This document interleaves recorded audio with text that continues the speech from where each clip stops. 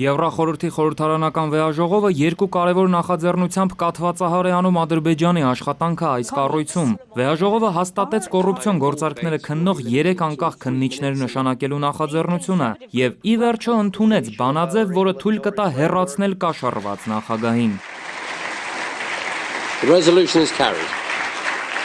Պետրո Ագրամունդն է ինքնակամ հրաժարական այդպես էլ չտվեց, վեհաժողովը փոխեց կանոնակարգը։ Այժմ падգամավորների 2/3 պահանջի դեպքում ԵԽԽՎ նախագահը պաշտոնանկ է արվելու։ Բանաձևին դեմ էր Ագրամունդի հովանավոր Ադրբեջանը։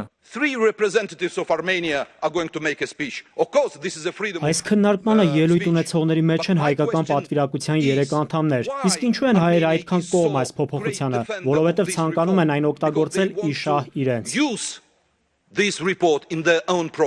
Ադրբեջանի պատվիրակության ղեկավարը անհանգիստ է, կաշառքով հակահայկական բանաձևեր պատրաստած պաշտոնյաները հայտնվում են ծանր դրության մեջ, իսկ Բաքուն օգնել չի կարողանում։ Սեիդովին պատասխանում է հայկական պատվիրակության անդամ Հերմինե Նաղդալյանը։